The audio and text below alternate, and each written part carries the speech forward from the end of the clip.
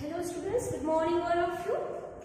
સારું, ચલો આપણે આગળ વધીએ. આપણે ચેપ્ટર નંબર 2 ની જે જર્ની ચાલુ કરીએ. આગળ કેટલું સુધી પહોંચ્યા હતા એ વસ્તુ કે તમને બધાને પ્રીવિયસ છે એ બધી વસ્તુ આવડી ગયું હશે. એકાદ બે વસ્તુ માર્ગદર્શનની અંદર ક્લિયર રાખજો કે આપણે એનસીઆરટી ને જ ફોલો કરવાની છે. તમે લોકો થોડાક એમસીક્યુ જો તમારે એકાદ ચેપ્ટર પતી ગયા હોય અથવા આપણું જેટલું ચેપ્ટર સેકન્ડ ચેપ્ટર પતી ગયું છે ને અથવા જે તમારું ફર્સ્ટ ચેપ્ટર પતી ગયું છે ને એના ઉપરથી જોજો કે ક્યાં ક્યાં એમસીક્યુ પૂછાઈ ગયા છે. એક પણ એમસીક્યુ એવો નહીં હોય કે જે તમારી એનસીઆરટીની ટેક્સ્ટ બુકને બહાર હોય અથવા બહુ અઘરો હોય, એને રિલેટેડ કોઈક વસ્તુ આડીહવડી કરી નાખી હોય અથવા પૂછવાની રીત ફેરવી નાખી હોય, પણ એનસીઆરટી જશે એટલે એનસીઆરટીની તમને લીટી ટુ લીટી આવડતી હોવી જોઈએ. બહુ અઘરામાં જવાની જરૂર નથી. બહુ બધું તમે અઘરું પડતા આ ઓલું ડોન્ટ ડુ ધેટ. એટલું બધું કાંઈ આવવાનું નથી. શું કામ તમારા માઇન્ડને તમે એટલું બધું બોધરેશનમાં નાખી દો છો? સમજાય છે હું શું કહું છું? તમે લોકો આપણું સેકન્ડ નંબરનું ચેપ્ટર જોજો કે ભાઈ જ્યારથી ચાલુ કર્યું અત્યાર સુધી જેટલી ફિગર આવતી ગઈ, બરાબર, એ ફિગર જોતા ગયા, લાઈન ટુ લાઈન આપણે એક એક વસ્તુ જોઈ છે. સો વધારે પડતું આ બધી વસ્તુ કરવા જતા સમુખનું તમારું માઇન્ડ છે એ શું થશે? ડાયવર્ટ થશે કે હું ઓલું કરી લઉં, આ કરી લઉં. નથી. જેટલું ટેક્સ્ટ બુકમાં આવે છે એ રીતના એના 500 એમસીક્યુ થતા હોય તો 500 એમસીક્યુ સોલ્વ કરો. એના સિવાયનું કાંઈ વધારાનું આવવાનું નથી. પહેલા તો સોલ્વ જ કરજો એમ નીટના એમસીક્યુ. હું કહું તમારે માની લેવાની જરૂર નથી. જોજો સેકન્ડ નંબરના ચેપ્ટરના એમસીક્યુ. ખાલી તમને એનસીઆરટીની ટેક્સ્ટ બુક આવડતી હશે એટલે તમને આવડી જશે. હવે તમે જ વિચારો, મેં તમને કીધું હતું પરાગ્રજમાં કે પરાગ્રજને લાંબા સમય સુધી સાચવીને રાખવી હોય, બરાબર, તો -196 ડિગ્રી સેલ્સિયસ રાખવાનું. તેમાં તમે ડીપમાં જાઓ કે પરાગ્રજનો અંદરનો સ્ટ્રક્ચર આમ હોય, તમે શું કામ જાઓ જોઈએ? આપણે ચેપ્ટર નંબર 1 ની અંદર તમે શું ભણ્યા છો કે એક હતી ક્યુ પુષ્પ નીલકુંરંજી દર 12 વર્ષે પુષ્પ આપે.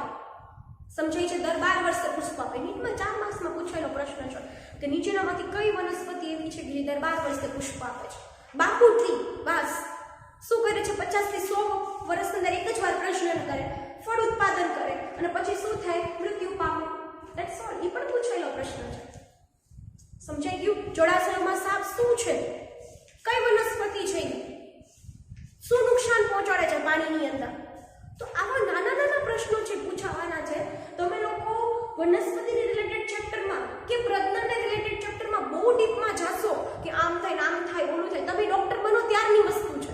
તમે અત્યારથી વસ્તુને મગજમાં રાખો કે તમારી ટેક્સ્ટ બુક પહેલા તમારી મેઇન ગ્રંથ છે જે તમારે બેસ્ટમાંથી બેસ્ટ તરીકે કરવાનો છે. સમજાઈ ગયું આ વસ્તુ?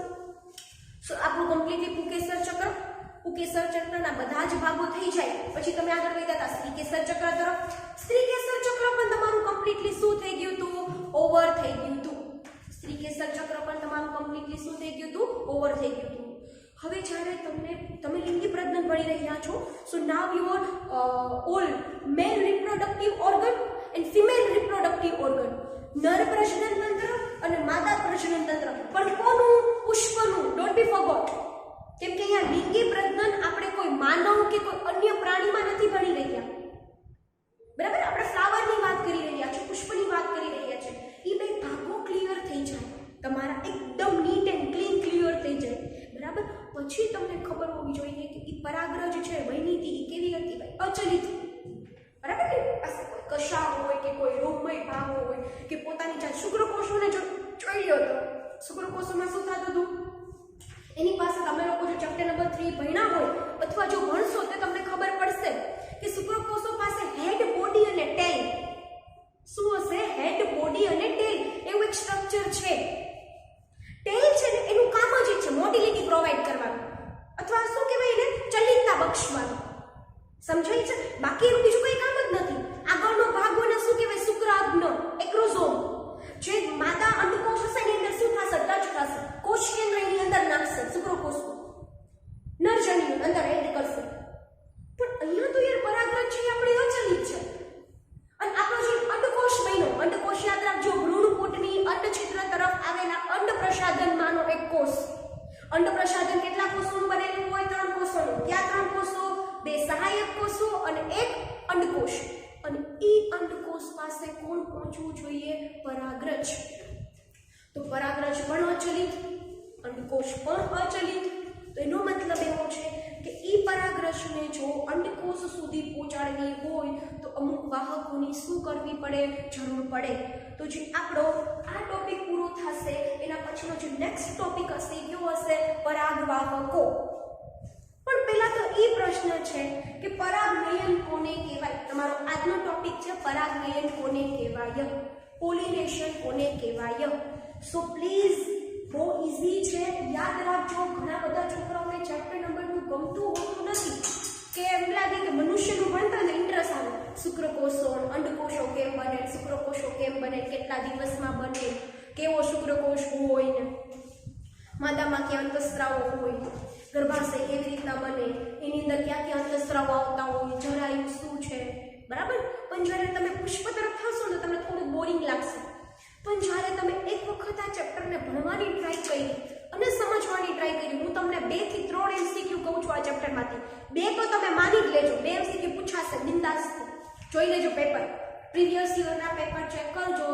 2 એમસીક્યુ કે 3 એમસીક્યુ તમને ચેપ્ટર નંબર 2 માંથી પૂછાશે જ, 2 તો પાછા જ. અને એ પણ બહુ ઈઝી. એક વખત એવો પ્રશ્ન પૂછાણો હતો કે ભ્રૂણપૂટની અંદર કોષીય ગોઠવણી કેવી હશે. તમે જ કહો તો કોષીય ગોઠવણી કેવી હોય, ઉપરના 3 વચ્ચે 1 અને 3, તો 3 1 3 કોષીય ગોઠવણી આવી. સમજાય છે કે નથી સમજાતી? બરાબર છે. સો આવી રીતના પણ કોઈ કોષ પૂછાઈ શકે. આ 3 પ્રતિધ્રુવીય કોષો, એક વચ્ચેનો મધ્યસ્થ કોષ કેન્દ્રીય કોષ, બરાબર. અને આ કોણ હશે ભાઈ? ત્રીજું હતું અંડપ્રસાધન. અંડપ્રસાધનની અંદર એક અંડકોષ અને એક કોણ હતું? સહાયક કોષ. સમજાઈ ગયું આ વસ્તુ? હવે આપણો જે ટોપિક છે પરાગનયન. તો પરાગનયન કોને કહેવાય? તો શું કીધું તું? મેં તમને વ્યાખ્યા ઓલરેડી સમજાવી દીધી છે. મેં તમને પ્રકારે 3 લખી દીધા હતા. આપણે ડાયરેક્ટ શરૂઆત કરવાની હતી સ્વફલનથી જ. પણ તેમ છતાં પણ પરાગનયન એટલે શું થાય? પરાગાશયમાંથી કોણ મુક્ત થયું તું? પરાગરજ. ઈ પરાગરજ છે એ ક્યાં ટ્રાન્સફર થાય? પરાગાશય ઉપર.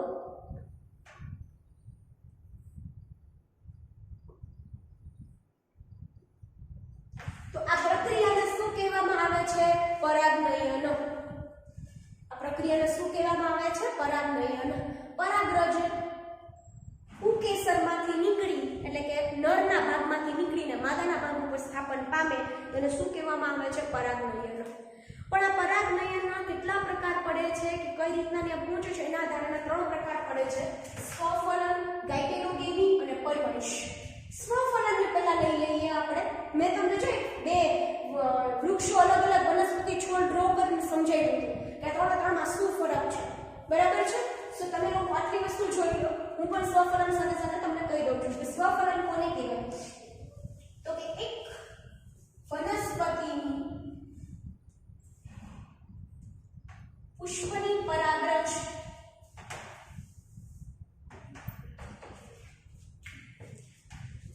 તે જ પુષ્પના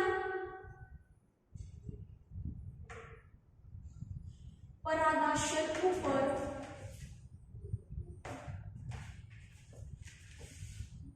સ્થાપન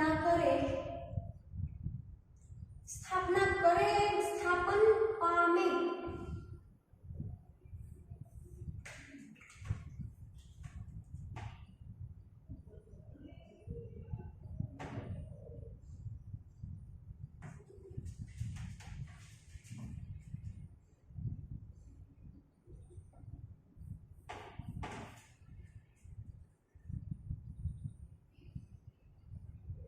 ઓકે, ઇટ્સ વેરી ઈઝી ને.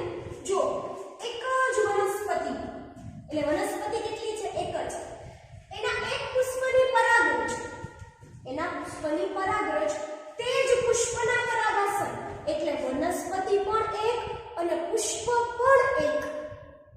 વનસ્પતિ પણ એક અને પુષ્પ પણ એક. આવું જો પરાગનયન થાય એટલે પરાગરજ પરાગાસન ઉપર સ્થાપન પામે તો એને શું કહેવામાં આવે છે? સ્વફલન. એને શું કહેવામાં આવે? સ્વફલન. પણ જેટલું સ્વફલનને તમે સરળ સમજો છો, સ્વફલન એટલું સરળ હોતું નથી. એની 2 થી 3 લીટી છે, લખું છું, બરાબર. ત્યાં સુધી તમે સ્વફલન શું છે જોઈ પણ શકો છો ને વ્યાખ્યા પણ યાદ રાખી શકો છો.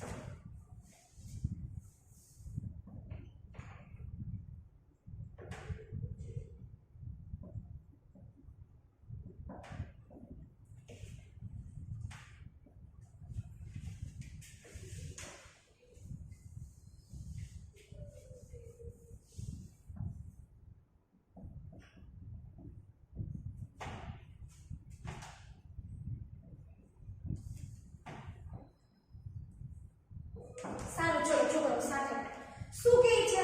એક જ વનસ્પતિના પુષ્પની પરાગરજ, બરાબર, તે જ પુષ્પના પરાગાસન ઉપર જાય એટલે વનસ્પતિ એક પુષ્પ પણ એક. હવે એક વસ્તુ તો તમને સમજાય કે સ્વફલન એટલે શું થાય, પણ હવે જોજો તે માટે મેં તમને એમ કીધું કે સ્વફલન છે ને, this is not very easy process, કે એટલા સરળતાથી તમે સમજો કે કેવી રીતના પર સ્વફલન થઈ શકે, કેમ કે તમે કોઈ કૃત્રિમ સંગ્રહ નથી કરાવતા કે તમે પરાગરણ વિધિ કે પરાગાસન ઉપર શું કર્યો, છંટકાવ કર્યો કે સ્થાપન કર્યું, બરાબર, તમે આપણે કઈ કરતા જ નથી, કુદરતી રીતે જ આ પ્રક્રિયા થાય છે. સો થોડીક ટિપિકલ છે અને ડિફરન્ટ છે. શું કામ? જો તે માટે જ્યારે પુષ્પ ખીલે એટલે પુષ્પની જે પહેલા કલિકા અવસ્થામાં હોય, રાઈટ, પણ જ્યારે પુષ્પ ખીલે, ખીલવાની સાથે જ પરાગાશય એટલે પુષ્પકેસર. જો હવે મેં તમને કીધું હતું એમ કે જ્યારે તમને એના અંગો નહીં આવડે, વનસ્પતિના નર પુષ્પના અંગો અને માદા પુષ્પના અંગો, તો તમને આ ટોપિક જ નહીં આવડે, કેમ કે હવે હું ડાયરેક્ટ આવા જ પર બોલીશ કે પુષ્પકેસરમાં શું આવેલું હોય? પરાગાશય. અને પરાગાશયમાં શું આવેલું હોય? પરાગરજ. તો પરાગાશયનું શું થશે? સ્ફોટન. પરાગાશય શું થશે? એની અંદરથી તૂટશે અને એમાંથી પરાગરજ શું થશે? મુક્ત. તો કે પરાગાશય ખીલવાની સાથે જ પરાગાશય અને પરાગાસન. પરાગાસન શું કરે છે કે પરાગરજનું શું કરે છે? સ્થાપના કરાવે છે, એનું ગ્રહણ કરે છે.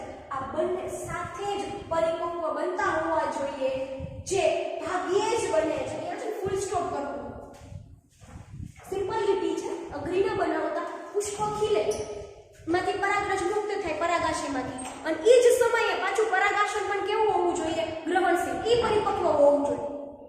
એ પણ કેવું હોવું જોઈએ? પરિપક્વ.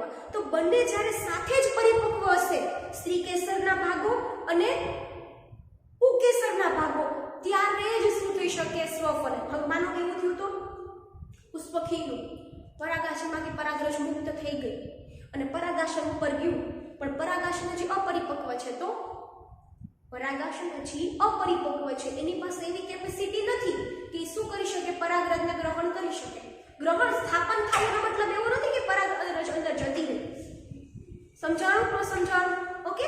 તો એ શું કહેવા માંગુ છું? અને માનો કે જ્યારે ગ્રહણશીલ બન્યું થોડાક સમય બાદ, ત્યારે પરાગરજ શું કેવી થઈ ગઈ હોય? નિષ્ક્રિય. આપણે વાત કરી હતી ને પરાગરજની જીવિતતા, તો પરાગરજ ત્યાં સુધી પોતાની જીવિતતા માનો કે ગુમાવી દીધી હોય, તો અહીંયા પરાગાશય અને પરાગાસન બંનેનો શું હોવો જોઈએ? તાલમેલ. બંને સાથે જ કેવા થવા જોઈએ? પરિપક્વ બનવા જોઈએ.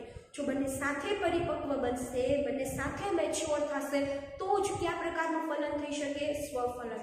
એના અનુલક્ષીને જ નીચેનો પોઈન્ટ છે, એટલે કે સ્વફલન માટે પરાગાશયમાંથી પરાગરજ મુક્ત થવું અને પરાગાસન પરાગરજ માટે ગ્રહણશીલ બનવું, બરાબર, બનવું, તેનો સમયગાળો કેવો હોવો જોઈએ? એક જ. માનો કે આના કરતા ઊંધું તમે વિચારી શકો કે પરાગાસન ઓલરેડી ગ્રહણશીલ બની ગયું, પણ પરાગાશયમાંથી પરાગરજ મુક્ત થતી નથી. તો બંને સાથે જ્યારે કે પરાગરજ મુક્ત થાય અને એ જ સમયે પરાગાસન શું થવું જોઈએ? ગ્રહણશીલ બનવું જોઈએ, ત્યારે જ થાય, બરાબર, કેમ કે બંને વચ્ચે શું હોવો જોઈએ? તાલમેલ હોવો જોઈએ. બંને વચ્ચે શું હોવો જોઈએ? તાલમેલ હોવો જોઈએ. મારી વાત સમજમાં આવે છે? એ તમે પરાગને શું કીધું તું? પરાગાશયમાંથી પરાગરજ ક્યાં જાય, પરાગાશય ઉપર કેટલા પ્રકાર પડે છે પરાગના? એક્ઝામમાં તમને 3 માર્કમાં પૂછવા લાયક પ્રશ્ન છે. તમને 3 માર્ક્સમાં પૂછી શકે પરાગનયન એટલે શું અને એના પ્રકારો વર્ણવો. 2 માર્ક્સની અંદર તમને ખાલી સ્વફલન પૂછાઈ શકે. હજી હું ડિટેલમાં જાઉં છું સ્વફલન શું છે એની અંદર, બરાબર, કયા પ્રકારના પુષ્પો છે. કે બધા પુષ્પની બધા જ વનસ્પતિની અંદર સ્વફલન થાય એવું જરૂરી નથી, એવું શક્ય નથી. સમજો તો કયા પ્રકારની વનસ્પતિમાં આવું થાય છે એની તરફ આપણે આગળ વધીએ હમણાં. ચલો, સો નાવ આટલું તો ક્લિયર થઈ ગયું છે ને બધાને?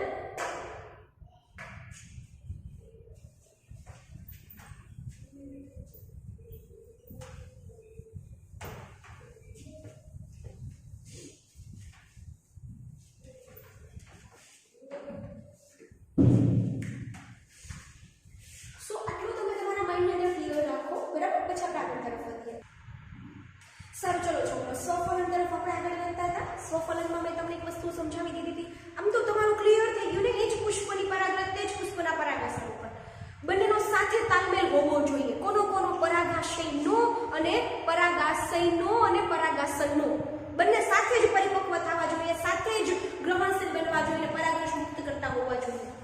પણ મેં તમને કીધું તેવી રીતના આવું છે ને, બંનેનો તાલમેલ થઈને કેવું છે થોડું અઘરું અથવા ભાગ્યે જ થાય, બરાબર. તો આના માટે એટલે કે સ્વફલન માટે વનસ્પતિ અમુક પ્રકારની શું પ્રાપ્ત કરી? વિશિષ્ટતાઓ પ્રાપ્ત કરી. બધી જ વનસ્પતિઓ પાસે કઈ કેપેસિટી નથી? સ્વફલનની કેપેસિટી નથી, રાઈટ? તો એને અમુક પ્રકારની શું ઉત્પન્ન કરી? વિશિષ્ટતાઓ પ્રાપ્ત કરી. અને આવી વનસ્પતિના એક્ઝામ્પલ છે વાયોલા, કોમેલિના અને અબુટી. આ પૂછાશે તમને નીટમાં, ગુજસીટીમાં કે તમારા ગુજરાત બોર્ડની અંદર. ગુજકેટની અંદર પૂછાયેલો પ્રશ્ન છે, નીચેનામાંથી કઈ એવી વનસ્પતિ છે, બરાબર, અથવા એમાં સ્વફલન દર્શાવી શકે છે? તમને આ રીતના પૂછાઈ શકે. નીચેનામાંથી કયું એવું છે કે સ્વફલન માટે સંગત કે અસંગત છે, એવો પ્રશ્ન પૂછાઈ શકે. નીચેનામાંથી જોડો PQRST સામે બીજું હોય, એવો પ્રશ્ન પૂછાઈ શકે. કે તમને એવું પૂછાઈ શકે કે નીચેનામાંથી હવાઈ પુષ્પો અને સમૃદ્ધ પુષ્પો બનતા હોય, એમાં નીચેનામાંથી કયું એનું એક્ઝામ્પલ છે. શું મને બાકીની હાવ, બરાબર, તમે કોઈ ટ્રીક અપનાવો કે તમે કોઈ રીતના ગોખો, બરાબર, કેમ કે આ વસ્તુ કોઈ પ્રક્રિયા તો નથી કે તમે સમજવાના હોય. તમે યાદ રાખો, વાયોલા, વાયોલિન ઉપરથી યાદ રાખવાનું. વાયોલાને કેની ઉપરથી યાદ રાખવાનું? વાયોલા. કોમેલિના, બરાબર, તો એ કોમેલિના વર્ડ પણ ઈઝી છે, તમને યાદ રહી જશે. અને અબુટી તો વેરી ફેમસ. તમે લોકો જ્યારે પુસ્તારિકા, અધોપુસ્તારિકા, વીરો, એ વનસ્પતિ કાર્ય ભણતા હતા ને પ્રકારના, અને ચેપ્ટર નંબર 1 માં તમારા એવું હશે. 11 સાયન્સની અંદર આવતું હતું અને 1 ની અંદર ત્યાં તમારે બ્રાહ્મી, અબુટી એવા દુર્વા ખાસ એવા ઉદાહરણ આવ્યા છે. અબુટી. સો 3 એક્ઝામ્પલ છે, વાયોલા, કોમેલિના અને અબુટી. કયું પ્રકારનું ફલન દર્શાવે છે? સ્વફલન. અને એની પાસે એના માટે શું આવેલું હોય છે? વિશિષ્ટતાઓ આવેલી હોય છે, રાઈટ? આગળ વધી તો આપણે કીધું વિશિષ્ટતાઓ આવેલી છે. શું વિશિષ્ટતા છે આ વનસ્પતિ પાસે? તો કે 2 પ્રકારના પુષ્પો ઉત્પન્ન કરે છે. આપણો મેઇન પ્રોબ્લેમ શું છે સ્વફલનનો? કે બંનેનું તાલમેલ સાથે થવું જોઈએ. પરાગાશયમાંથી પરાગરજ મુક્ત થવાનું અને પરાગરજ મુક્ત થાય પછી પરાગાસન દ્વારા એને ગ્રહણ કરવાનું. તો એના માટેની આની 3 પાસે વિશિષ્ટતાઓ છે. એને શું વિશિષ્ટતાઓ છે? તો એને કે 2 પ્રકારના પુષ્પોનું નિર્માણ કર્યું. કયા 2 પ્રકારના પુષ્પોનું નિર્માણ કર્યું? સમૃદ્ધ પુષ્પો અને હવાઈ પુષ્પો. કયા 2 પુષ્પો બનાવ્યા? સમૃદ્ધ પુષ્પો અને હવાઈ પુષ્પો. સમજો સરખી રીતે છોકરાઓ, 2 વસ્તુ વખતા નહીં. તમને અડધી રાતે પૂછે કે હવાઈ પુષ્પ કોને કહેવાય, તોય તમને આવડતું હોવું જોઈએ. Very easy. જો પણ તમને પ્રોબ્લેમ ખબર હશે ને તો તમે સોલ્યુશન ગોતશો. પ્રોબ્લેમ શું છે? બંને સાથે જ શું થવા જોઈએ? પરિપક્વ બનવા જોઈએ, બરાબર, તાલમેલ થવો જોઈએ. તમારે ગમે રીતના પરવંશ કે પરપરાગને અટકાવવાનું છે. મીન્સ કે એની પરાગરજ એના ઉપર સ્થાપિત થવી જોઈએ. અને એના માટેનું બે સોલ્યુશન આ પ્રકારના વનસ્પતિ. એમાં કેવા પુષ્પો ઉત્પન્ન થયા? સમૃદ્ધ પુષ્પો અને હવાઈ પુષ્પો. ભલે ભાઈ એક પણ હું પહેલા સ્ટાર્ટ કરું છું હવાઈ પુષ્પો. તો શું કહે છે હવાઈ પુષ્પો માટે? હવાઈ પુષ્પો એ અન્ય વનસ્પતિના પુષ્પો જેવા જ હોય છે. હવાઈ પુષ્પો અન્ય વનસ્પતિના પુષ્પો જેવા જ હોય છે. એનો મતલબ કે તો શું ફરક પડ્યો મેડમ? અન્ય વનસ્પતિના પુષ્પો જેવા જ હોય તો એમાં તો કઈ વાંધો જ નથી. તો અન્ય છે એટલે કે તેના પરાગાશય અને પરાગાસન બંને કેવા હોય? ખુલ્લા જ હોય. પણ આમાં જે મેં નથી લખી લીટી સમજાવું તમને.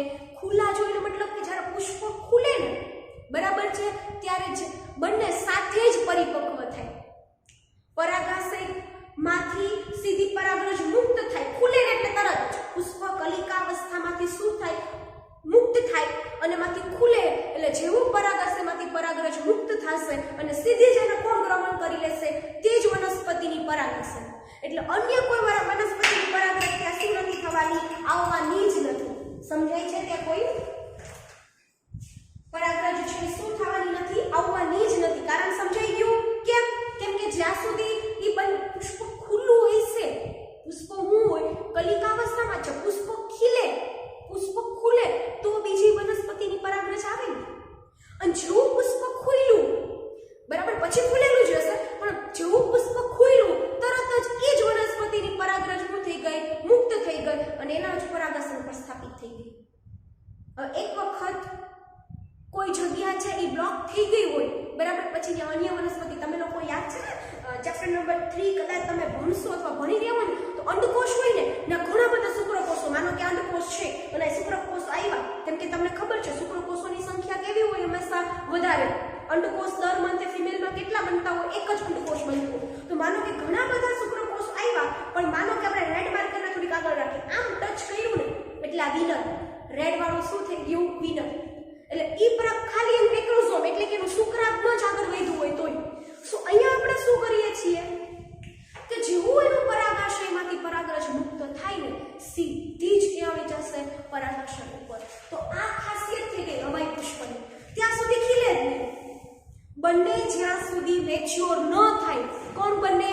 પરાગાશય અને પરાગાસન, ત્યાં સુધી પુષ્પ હું ન થાય? ખીલે જ નહીં. પછી જ ઈ ખીલે અને જેવું ખીલે અને જેવું ઈ પુષ્પ ખુલે તરત જ શું થઈ જશે? પરાગનયન. તો ખાસિયત સમજાય કે હવાઈ પુષ્પની તમને?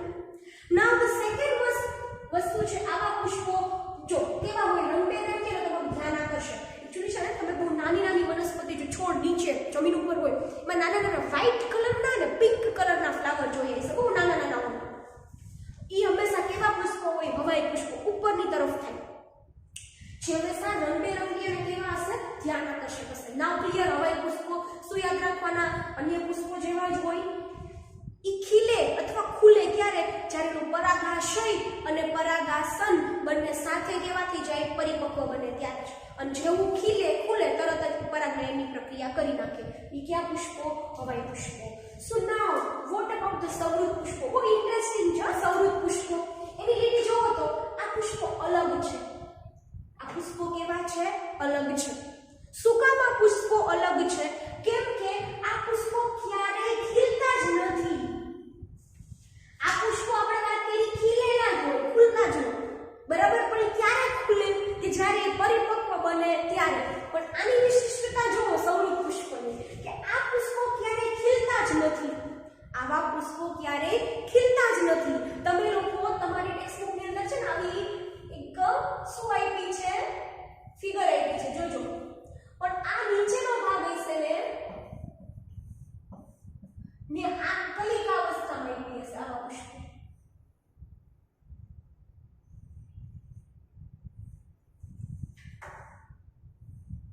આ શું રિપ્રેઝન્ટ કરે છે? જો કલિકા. કેવી કલિકા હોય? આવી જોઈને કલિકા. ઈ કલિકા એટલે મીન્સ કે આ પુષ્પો ક્યારે ખીલતા જ નથી. કલિકા અવસ્થામાં એટલે કે જ્યારે પુષ્પ ખીલું જ ન હોય ને ત્યારે અંદર જ પરાગરજ છે તે જ પુષ્પાસનના પરાગાસન ઉપર શું થઈ જાય? સ્થાપિત. પરાગરજ પુષ્પ કલિકા અવસ્થામાંથી બહાર નીકળે અને ખીલે ત્યારે પરાગરજ એની ઉપર જાય એવું કાંઈ નહીં. અંદર ને અંદર શું થઈ જાય? પરાગનયન. જ્યારે પરાગાશયમાંથી પરાગરજ નીકળે ત્યારે સીધી જ ક્યાં વહી જશે? એ સીધી જ ક્યાં વહી જશે? એના પરાગાશય ઉપર. એટલે પુષ્પ કોઈ ખીલે જ નહીં અને અંદર ની અંદર સીધું શું થઈ જશે? પરાગનયન. તો તમને આના કરીને ટ્વિસ્ટ કરીને ક્વેશ્ચન પૂછી શકે. કેવો પ્રશ્ન પૂછ્યો કે નીચેનામાંથી કઈ એવી વનસ્પતિ છે જેમાં કોઈ દિવસ પરફલન કે પરપરાગનયન થતું જ નથી? અથવા પ્રશ્ન ફેરવીને પૂછી નાખી એવા કયા પ્રકારના પુષ્પો છે? તો કે ક્યાં હશે? સમૃદ્ધ પુષ્પો જે ક્યારે ખીલતા જ નથી. કલિકા અવસ્થામાં તો તમને એમ થાય મેડમ ખીલે જ નહીં, તો ખીલે નહીં, પરાગનયન થાય, અર્ધીકરણ થાય, ફલિતાંડ બને અને એમાંથી શેનું નિર્માણ થઈ જાય? સીધું ફળનું નિર્માણ. કેમ કે આપણને કોઈ દિવસ પુષ્પ સાથે લેવા દેવા નથી. આપણને તો લેવા દેવા છે એના ફળ સાથે અને એના બીજ સાથે. આપણને કોની સાથે નિસ્બત છે? એના ફળ અને બીજ સાથે. નાઉ ક્લિયર કે શું કહેવા માંગુ છું હું? બરાબર છે? સો આ ટોટલી શું થઈ ગયું તમારું સ્વફલન. એક વખત હું ફટાફટ આખું સ્વફલન થઈ જાઉં. તમારી ટેક્સ્ટબુકની લીટી ટુ લીટી અંદર મેં ઇન્વોલ્વ કરી છે. શું કીધું? 3 પ્રકાર: સ્વફલન, પરપરાગનય અને ગાયટેનોગેમી. પેલું કીધું સ્વફલન, એક જ વનસ્પતિનું પુષ્પ, એની જ પરાગરજ. ડન. સેકન્ડ પોઈન્ટ જાઓ. સેકન્ડ પોઈન્ટ ની અંદર હું કીધું બે સાથે જ પરિપક્વ થવા જોઈએ અને આવું ભાગ્યે જ બને એના માટેની વિશિષ્ટતા. 3 એક્ઝામ્પલ: વાયોલા, કોમેલિના અને ત્રીજું અબુટી. કેવા પુષ્પ બનાવે? 2 પ્રકારના: હવાઈ પુષ્પ, સમૃદ્ધ પુષ્પ. હવાઈ પુષ્પ શું થાય? બીજા પુષ્પ જેવા જ છે, ખુલ્લા જ હોય, ખીલે જ, પણ ક્યારે? જ્યારે બંને પરિપક્વ થાય ત્યારે. બીજા પુષ્પતા સમૃદ્ધ પુષ્પો જે ક્યારેય ખીલતા નથી, કલિકા અવસ્થામાં જ પરાગનયન થઈ જાય અને એમાંથી જ સીધું શું થઈ જશે? ફળનું નિર્માણ. એમાં કોઈ પરપરાગનયન થતું નથી. ધેટ ઇઝ યોર ટોટલી શું થઈ ગયું? સ્વફલન. અને હવે આપણે ક્યાં તરફ જઈ રહ્યા છીએ? ગાયટેનોગેમી અને પરવંશ તરફ. બરાબર? તો હવે આપણે એની તરફ આગળ વધીએ. સારું છોકરો, હવે જો મેં તમને કીધું આપણું સ્વફલન એક્ઝેક્ટલી ક્લિયર થઈ ગયું. ક્યાં ક્યાં એક્ઝામ્પલ છે, કયા પ્રકારના પુષ્પો હોય છે, એ પુષ્પોની શું ખાસિયત છે, 10 વખત સમજજો. રિપ્લે કરીને જોજો સ્વફલન શું છે. અને તેમ છતાં પણ એના લગતા એમસીક્યુ પણ સોલ્વ કરજો. અને તેમ છતાં પણ કોઈ એમસીક્યુ ડાઉટ થાય અથવા કોઈ ટોપિકમાં ડાઉટ થાય તો પણ પર્સનલી કોન્ટેક્ટ કરજો. હવે શું કહેવામાં આવે છે? બીજો પ્રકાર ફલનનો કયો હતો? ગાયટેનોગેમી. બીજો પ્રકાર કયો હતો? ગાયટેનોગેમી. છે ને, ગાયટેનોગેમી ઇઝ રિલેટેડ વિથ સ્વપરાગનયન. સમજાવું છું કઈ રીતના. એકચ્યુઅલી મેં તમને 2 પ્રકાર કીધા હતા, સ્વપરાગનયન અને પરપરાગનયન. બરાબર? પણ આપણે છે ને આપણી ટેક્સ્ટબુક પ્રમાણે જશું. એમાં 3 પ્રકાર કીધા: સ્વફલન, ગાયટેનોગેમી અને પરવંશ. પણ છે ને સ્વફલન અને ગાયટેનોગેમી બંને માટે એક જ હોય, સ્વપરાગનયન. કારણ સમજાવો. પહેલા આપણે સમજીએ કે ગાયટેનોગેમી કોને કહેવાય. જો તો શું કહે છે? એક વનસ્પતિની એક પુષ્પની પરાગરજ, એટલે વનસ્પતિ સેમ અને એક પુષ્પ લીધું એટલે એની પરાગરજ તે જ વનસ્પતિના અન્ય પુષ્પો ઉપર સ્થાપન પામે. સ્વફલનમાં આપણે શું કીધું હતું? વનસ્પતિ એક અને પુષ્પ પણ એક. અહીંયા શું કીધું? એક પુષ્પની પરાગરજ તે જ વનસ્પતિના અન્ય પુષ્પો પર. એટલે મેં જો અંડરલાઈન પણ કરી છે, ઇન્વર્ટેડ કોમામાં પણ મૂક્યું છે. એટલે વનસ્પતિ સેમ રહેશે પરંતુ પુષ્પ કેવા થશે? ફરી જશે. આપણે પ્રીવિયસ લેક્ચર યાદ કરજો તો મેં તમને 2 છોડ ડ્રો કરીને સમજાવ્યું હતું કે એક જ પુષ્પ તો સ્વફલન, એક જ વનસ્પતિના 2 અલગ અલગ પુષ્પ એટલે શું થશે? ગાયટેનોગેમી. તો સો ઈઝી ના? એક વનસ્પતિના એક તમારી રીતે લખવાની છે ડેફિનેશન. મેં મારી રીતના લખી છે, તમે તમારી રીતના લખો. કન્સેપ્ટ ક્લિયર કરી નાખો એક વખત કે એક વનસ્પતિના એક પુષ્પની પરાગરજ તે જ વનસ્પતિના અન્ય પુષ્પ ઉપર સ્થાપન પામે તો આ પ્રકારના પરાગનયનને ગાયટેનોગેમી કહેવામાં આવે. આમ તો આ પરાગનયન છે કયા પ્રકારનું હોવું જોઈએ? પરપરાગનયન. કેમ પરપરાગનયન? કેમ કે પુષ્પ ફરી ગયું ને, પુષ્પ શું થયું? ફરી ગયું. તો પુષ્પ ફરી ગયું એટલે આપણે કેવું જોઈએ એને? પરપરાગનયન. પણ આપણે એવું કહેતા નથી. બરાબર? કારણ કે અહીંયા પરાગરજના વહન માટે કોની જરૂર પડે? વાહકોની. સ્વફલનમાં જો સારું હતું શું કે જેવી પરાગરજ ખઈરી સીધી જ પરાગાસન ઉપર વહી ગઈ. એટલે કોક એને ઉપાડીને, આપણી તો પરાગરજ છે કે આપણો અંડકોષ છે, બે કેવા છે? અચલ. એટલે કોઈક એને પહોંચાડવું પડશે. પણ આવું થતું નથી, કઈ જરૂર નથી સ્વફલનમાં. પણ આપણે એને પરપરાગનયન કેવું જોઈતું હતું? ગાયટેનોગેમીને કહેતા નથી. એનું કામ હું તમને હમણાં આપીશ. બરાબર? કેવું જોઈએ? કેમ કે એને વાહકોની જરૂર પણ પડે અને બંને અલગ અલગ પુષ્પોમાંથી લીધા એટલા માટે. પરંતુ અહીંયા પરાગરજ એ એક જ વનસ્પતિની છે. પરાગરજ કેવી છે? એક જ વનસ્પતિની. પુષ્પો ભલે ફરી ગયા, સમજાય છે? પુષ્પ ભલે ફરી ગયા પણ પરાગરજ છે કે નહીં? એક જ વનસ્પતિની. તો ઈજમીની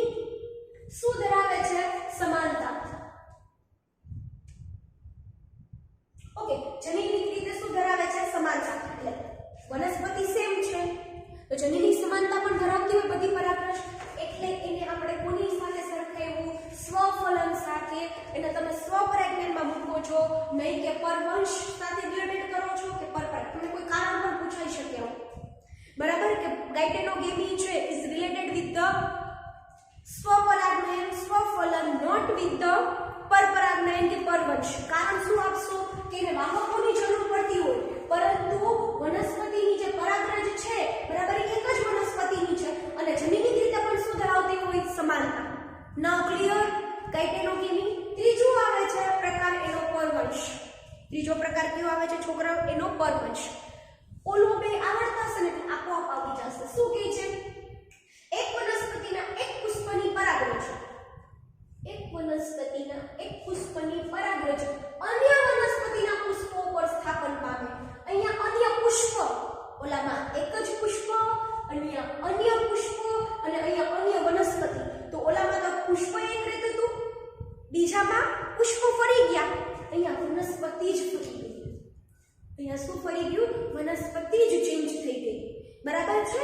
એટલે એક વનસ્પતિના એક પુષ્પની પરાગરજ અન્ય વનસ્પતિના પુષ્પો પર સ્થાપન પામે તો આ પ્રકારના પરાગનયનને શું કહેવામાં આવે છે? પરવંશ કહેવામાં આવે છે. એટલે અહીંયા વનસ્પતિ ફરી ગઈ. બરાબર છે? તો જ્યારે બે અલગ અલગ વનસ્પતિના અલગ અલગ પુષ્પો વચ્ચે થતું પરાગનયન એટલે પરવંશ. હવે સમજો, અહીંયા પરાગરજ એ અન્ય વનસ્પતિનું હોવાથી જનીની ભિન્નતા દર્શાવે છે. જનીની વસ્તુ તો ખબર પડે ને, એની પાસે જે ઇન્ફોર્મેશન હશે, જે જેનેટિકલ ઇન્ફોર્મેશન, લક્ષણો માટેની ઇન્ફોર્મેશન એ કેવી હશે? અલગ અલગ હશે. શું દર્શાવે છે? જનીની ભિન્નતા દર્શાવે છે. અને પરાગરજ વહન માટે ચોક્કસ વાહકોની જરૂર પડતી હોય, એ તો અહીંયા પણ જરૂર પડે છે. સમજાઈ ગયું? એવી રીતના અહીંયા પણ વાહકોની જરૂર પડે છે. સો આ થઈ ગયું તમારું પરવંશ, આ ગાયટેનોગેમી. બરાબર? અને આગળ આપણે શું જોઈ ગયા હતા? સ્વફલન. That is the different type of pollination. પરાગનયનના શું થઈ ગયા છોકરાઓ? પ્રકારો. તો આમાં કાંઈ ડાઉટ થવો જોઈએ નહીં. વિથ એક્ઝામ્પલ તમને સમજાવી જવું જોઈએ. આટલું આ વર્ષે પછી જ આપણે આપણા નેક્સ્ટ ટોપિક તરફ આગળ વધશું. ઓકે? સો આજનો જે આપણો આજનો કોન્સેપ્ટ હતો એ ક્લિયર થઈ ગયો. હું થોડુંક આગળ કરાવું છું તમને. બરાબર? નેક્સ્ટ ટોપિક શું છે એના વિશે, એના ડિટેલમાં આપણે એક એકને ઉપાડશું ક્યારે? આપણા નેક્સ્ટ લેક્ચરની અંદર. સો આ ટોપિક વ્યવસ્થિત રીતે પાકું કરી લેજો. અને એમસીક્યુ પણ વધારે રીતના પાકું કરી લેજો. આપણે અત્યારે એનસીઆરટી ને જ ફોલો કરી રહ્યા છે. જેટલું એનસીઆરટી ની અંદર છે એ બધું મેં લાઈન ટુ લાઈન તમને અહીંયા કરાવી દીધું છે. ઓકે? સારું, ચલો આગળ વધીએ.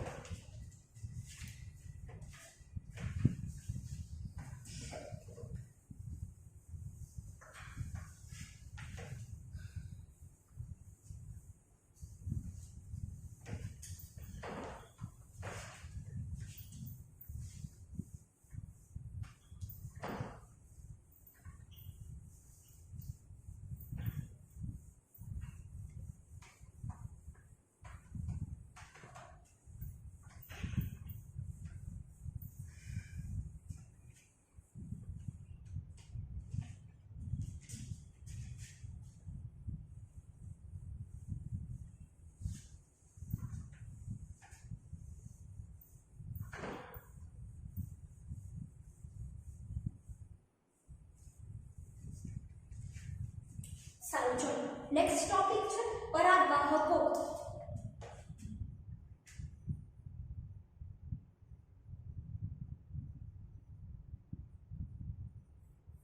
જો અત્યાર સુધીમાં મોસ્ટલી કેવું થયું છે, પરાગનયન છે ને લેન્થ વાઇઝ ક્વેશ્ચન પૂછાઈ શકે તમને. અને મેં એમસીક્યુ વાળો પૂછ્યો હતો ને, મેં તમને એમસીક્યુ આવું આવી શકે, સ્વફલનમાં આવી શકે. બરાબર છે? પરંતુ નાના નાના એક્ઝામ્પલ છે, એટલા બધા એક્ઝામ્પલ છે, એટલા બધા થિયોરિટિકલ સમજણ છે. બરાબર? કે તમને એની અંદરથી પૂછાઈ શકે, પરાગવાહકોની અંદરથી.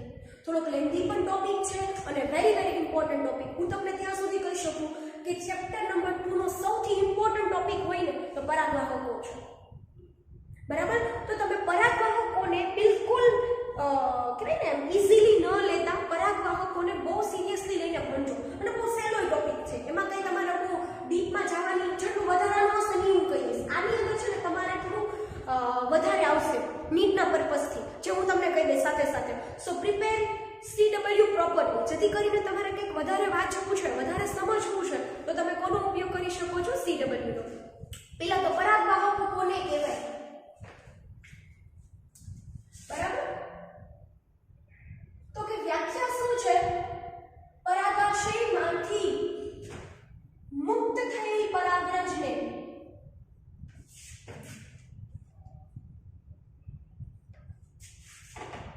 પરાગાસન ઉપર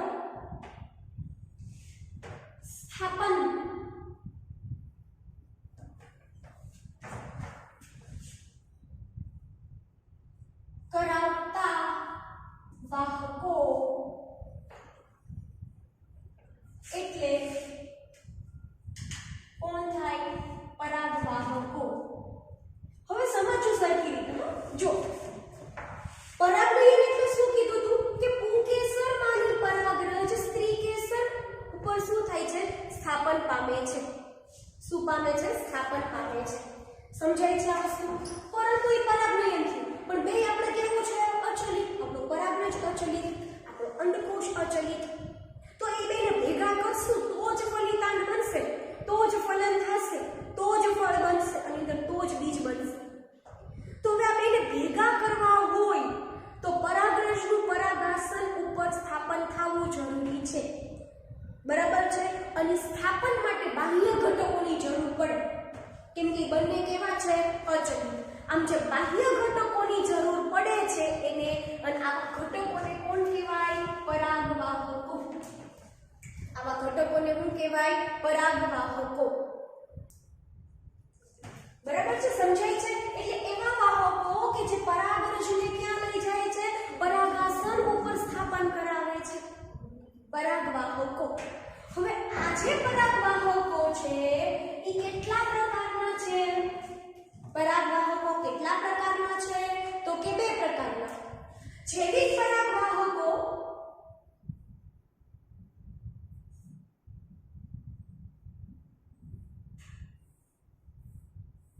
क्या બે પ્રકારના વાત કરી? જૈવિક પરાગવાહકો. અને જે બીજો પ્રકાર પડતો તો એ કયો હતો? અજૈવિક પરાગવાહકો.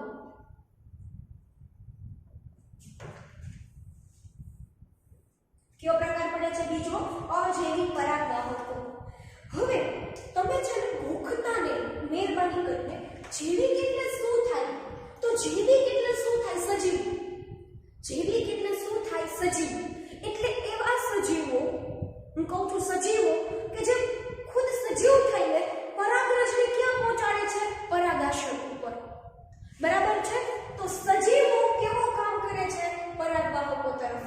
અને અજૈવિક પરાગવાહકો એટલે તમે એને જૈવિકનું ઊંધું કરશો, એટલે કે નિર્જીવ પરાગવાહકો. બિલકુલ ખોટી વસ્તુ છે. નિર્જીવ સાચું, પણ કુદરતી નિર્જીવ એટલે અજૈવિક ગણવું. જેમ કે તમે જ્યાં chair, benches, board, duster, pen, pencil, whatever, એ બધા નિર્જીવ ઘટકો છે. એ પહોંચાડશે પરાગરજને પરાગવાહકો સુધી? નહીં. હું એવા અજૈવિક ઘટકોની વાત કરી રહી છું કે જે કેવા છે? નિર્જીવ છે, પરંતુ કુદરતી નિર્જીવ. જેમ કે કોણ હોઈ શકે? પાણી. પાણી આપણી મરજી મુજબ કોઈ કાર્ય કરતું નથી. પવન.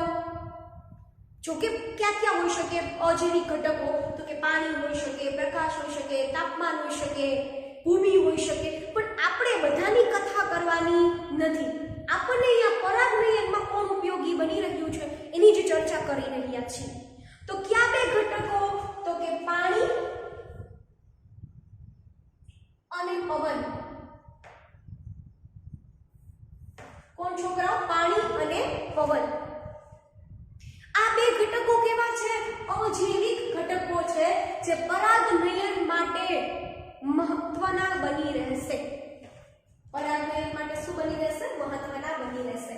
જૈવિક પરાગવાહકોની અંદર આપણે કોનો સમાવેશ કરશું? પ્રાણીઓનો. જે કેવા છે? સજીવ છે.